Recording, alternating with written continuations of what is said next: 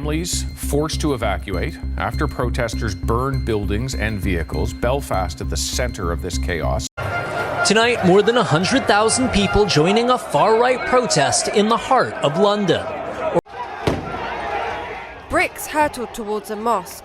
A hotel housing asylum seekers set alight are part of the Islamophobic violence that has gripped the UK in recent months. I will resign as leader of the Labour Party. وہ کہتے ہیں نا کہ ہر عروج کو زوال ہوتا ہے. ایک ایسا ملک جس نے پوری دنیا پہ راج کیا اور اس کے بارے میں مشہور تھا کہ اس کی سلطنت میں سورج غروب نہیں ہوتا، یعنی کہ مشرق سے لے کر مغرب تک، یعنی کہ آسٹریلیا سے لے کر کینیڈا تک اس کی حکومت تھی.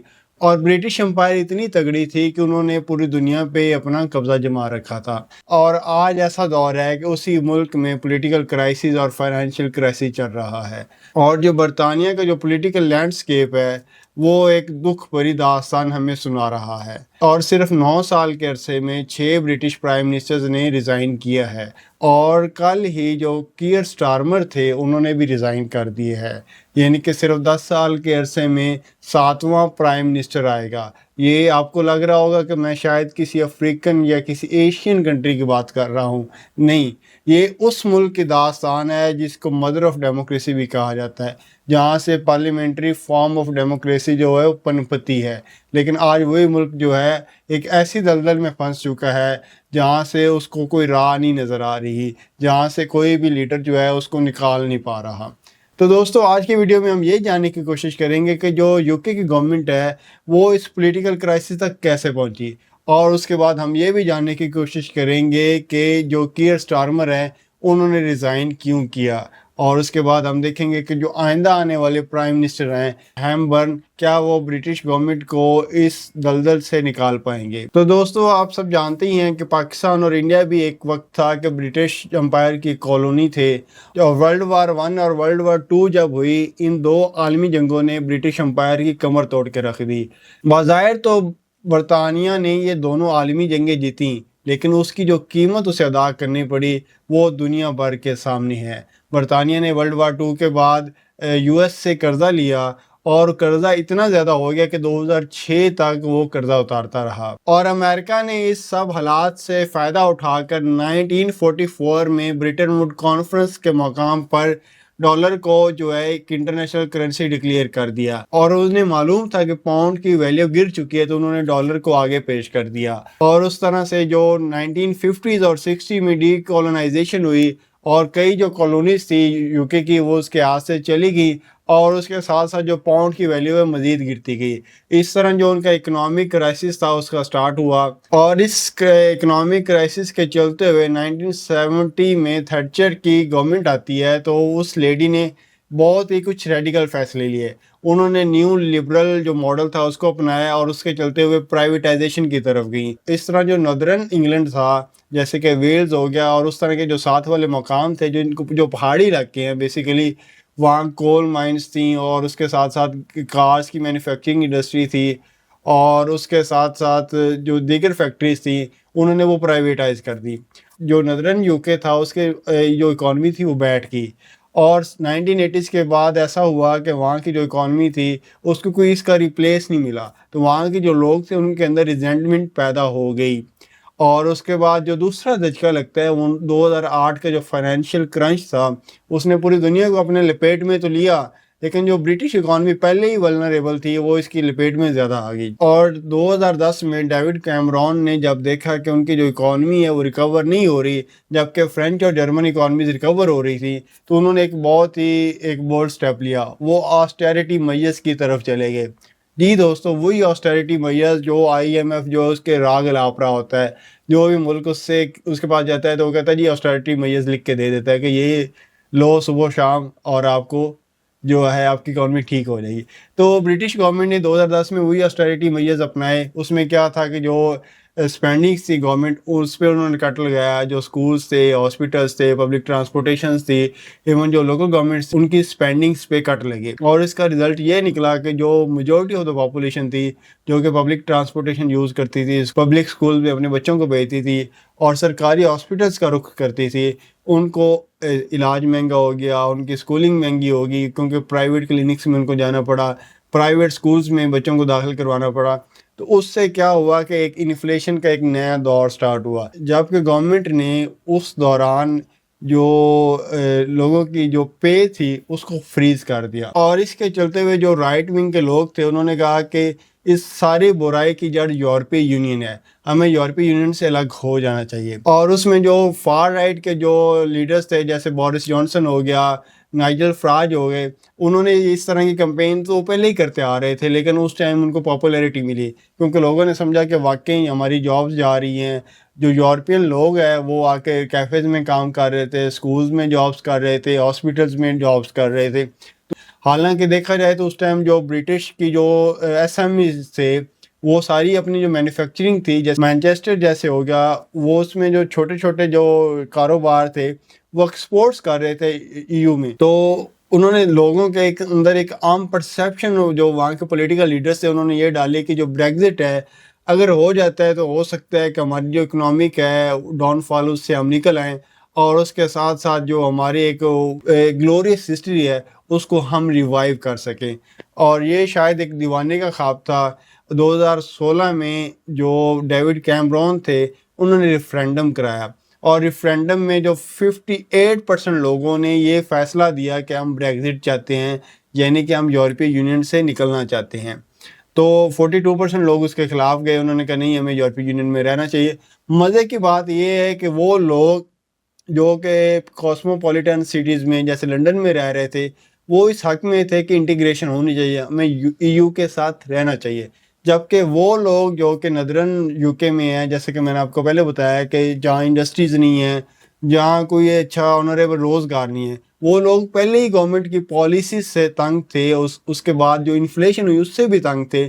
تو انہوں نے اپنے غصے کا اظہار اس چیز میں کیا کہ ہمیں جو ہے یورپی یونین سے الگ ہو جانا چاہیے. People have voted to leave the European Union. Their will must be respected. اس کا رزلٹ یہ نکلا کہ جو ڈیوڈ کیمرون ہیں ان کی گورنمنٹ گر گئی, اور اس کے بعد جو کنزرویٹو پارٹی کے جو دوسرے لیڈر منتخب ہوئے, ٹریزا مے جو تھی وہ اس کے بعد منتخب ہوئی. سٹارٹ میں سمجھا جا رہا تھا کہ جو ٹریزا مے ہے وہ ہو سکتا ہے کہ جو اکانومی ہے اس کو ریکور کر پائیں, لیکن انہوں نے کوشش کی اور اس میں ناکام ہو رہی, کیونکہ اس ٹائم سب سے بڑا ٹاسک یہ تھا کہ جو یورپی یونین سے نکلنے کے لیے انہیں EU سے نیگوشیشنز کرنے تھے, اور وہ نیگوشیشنز بہت ٹف تھے. یہ سب پروسیس جو ہے وہ جاری ہی تھا کہ ٹریزا مے کو لگا کہ وہ جو اکنامک ریکوری ہے جس کو سمجھ رہی تھیں کہ یورپی یونین سے الگ ہونے کے بعد کامیاب ہو جائے گی, وہ نہیں ہو سکی. کیونکہ انہوں نے جب گورنمنٹ سنبھالی تو انہیں سمجھ آئی کہ جو خزانہ ہے وہ خالی ہے, اس کے ساتھ ساتھ جو ان کے ایکسپورٹس ہیں وہ کم ہو رہی ہیں, اور پاؤنڈ کی ویلیو بھی گرتی ہوئی نظر آئی. تو وہ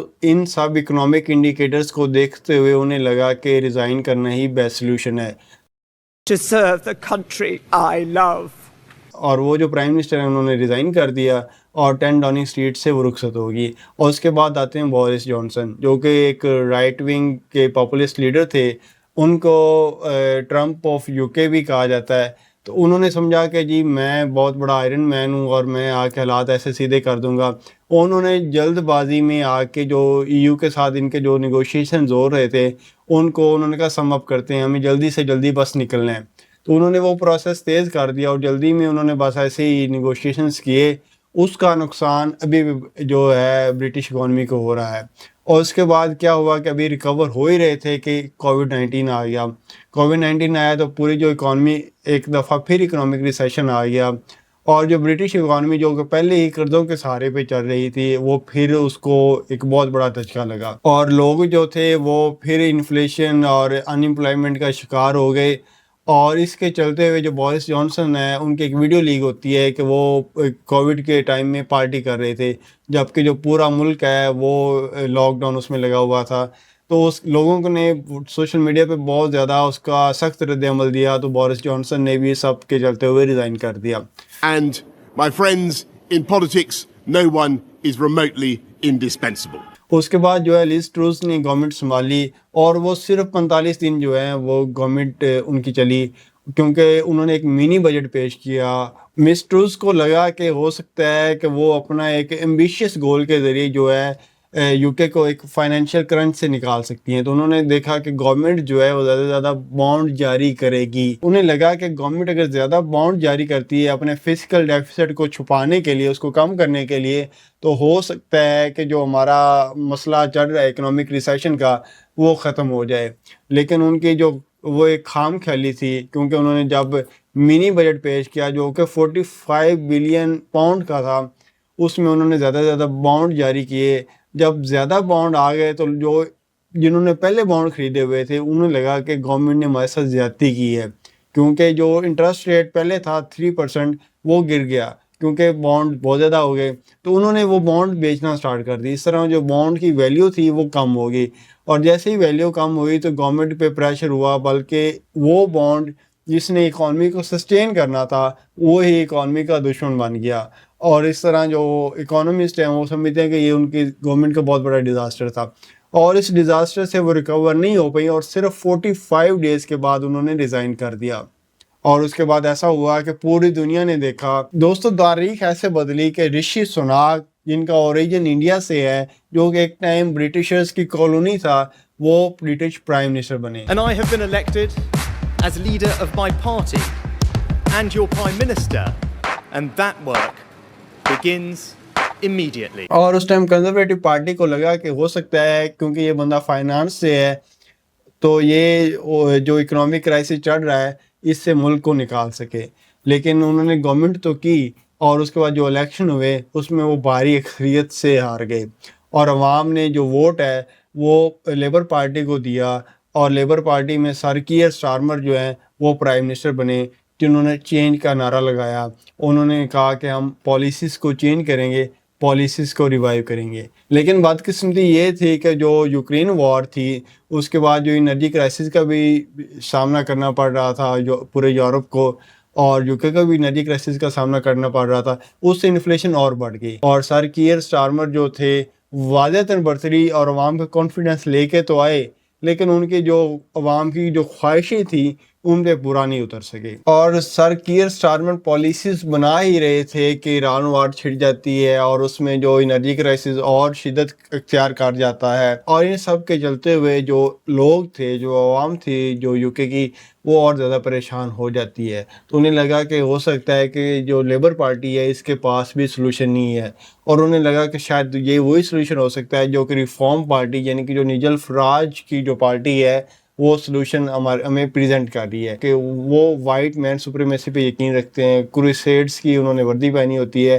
تو وہ ایسے بندے ہیں کہ ان کی ساری کمپین ہی اینٹی مسلم ہے. اور اگر ہم پچھلی صدی میں جائیں, تاریخ جو ہے اس میں ہمیں ملتا ہے کہ میسولینی اٹلی میں کیوں آیا, یا ویمر جو جرمنی تھا وہ کیوں بنا, یا پھر جو ڈونلڈ ٹرمپ ہے وہ امریکہ میں کیوں ہے. اس میں ہمیں 3 چیزیں کامن ملتی ہیں. پہلی چیز یہ ہے کہ جو بھی کنٹری اکنامک ریسیشن میں جاتا ہے اس کی جو عوام ہے وہ غصے کا اظہار کرتی ہے.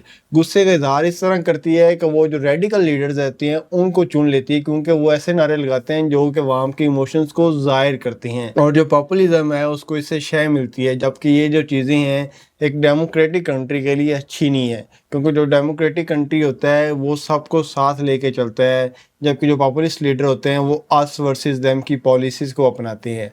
اور یہی سب ہمیں آج کل جو یو کے ہے اس میں بھی دیکھنے کو مل رہا ہے. ابھی سر کیئر سٹارمر نے ریزائن کیا ہے, اس کی جو سب سے بڑی وجہ یہ تھی کہ ابھی جو لوکل گورنمنٹ کے الیکشن ہوئے ہیں اس میں جو لیبر پارٹی ہے اس کو بہت بری طرح شکست ہوئی ہے, اور جیتی کون سی پارٹی ہے, ریفارم پارٹی, جس کو نائجل فراج جو ہیں وہ چلا رہے ہیں, اور وہ بہت ہی کٹر قسم کے بندے ہیں. تو اس سب کے چلتے ہوئے جو لیبر پارٹی ہے انہوں نے یہ فیل کیا کہ جو سر کیئر سٹارمر ہیں وہ فیل ہو چکے ہیں, اور اگلا الیکشن جو ہے وہ لیبر پارٹی کو نہیں جتا سکتے. تو انہوں نے ایک ایسے بندے کو آگے لایا ہے جو کہ لوکل گورنمنٹ میں بہت پہلے رہ چکے ہیں, جو کہ گریٹر مینچسٹر سٹی جو ہے اس کارپوریشن کے میئر رہ چکے ہیں, تو ان کا لوکل گورنمنٹ میں بہت زیادہ ایکسپیرینس ہے, اور انہوں نے مینچسٹر سٹی کو جو ہے وہ ریفارم بھی کیا ہے. وہاں انہوں نے جو پبلک سپیسز ہیں ان کو امپروو کیا ہے, ٹرانسپورٹیشن کو فری کیا ہے, اور اس کے ساتھ ہیلتھ اور ایجوکیشن پہ پیسہ لگایا ہے. ایون کہ لوگوں کو فری ہومس دیے ہیں, جو ہوم لیس پیپل ہیں ان کو ہومس دیے ہیں, جن کو پورے جو اب لیبر پارٹی کی جو کانفیڈنس حاصل ہے, کیا وہ اس سب دلدل سے جو برٹش گورنمنٹ ہے اس کو نکال سکتے ہیں.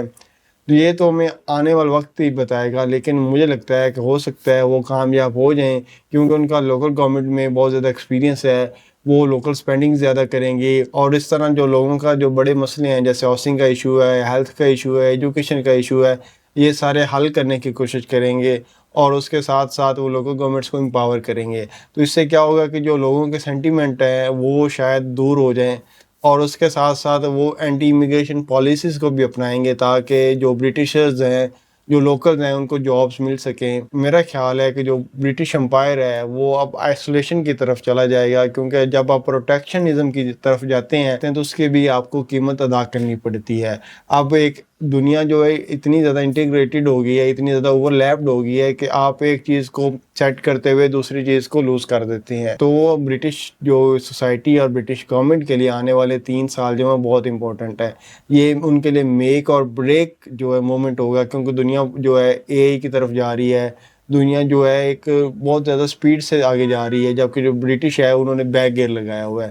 تو اب یہ تو آنے والا وقت ہی بتائے گا کہ جو برٹش گورنمنٹ ہے وہ امپروو ہوئی ہے یا نہیں ہوئی۔